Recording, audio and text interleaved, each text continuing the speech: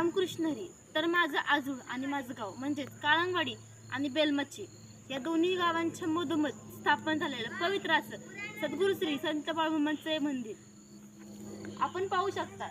तिथं आधी पडीक जागा होती, त्या जागेत काहीच नव्हतं, पण आज हे भव्य दिव्य असं मंदिर उभं राहिले. इथं आधी काही दिवसांपूर्वी इथं हा पत्रा नव्हता, इथं हिरव्या नेटचं शेड होतं आणि त्यात बाळूमामा विस्थापित झाले होते.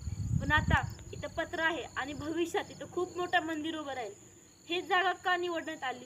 जो नाग आहे ना तो इथं आला होता, जे मंदिराने स्थापन केलं त्यांच्या स्वप्नात दर्शन दिलं होतं, त्याच्यामुळं आज इथं असं मंदिर उभं राहिले. म्हणजे पाहू शकता, बाळूमामांच्या मनात आलं की बाळूमामा काही करतील आणि काही नाही, ह्याचं सोक्ष मोक्ष कोण लावू शकत नाही. बोला बाळूमामांच्या नावानं चांग भलं. रामकृष्ण हरी.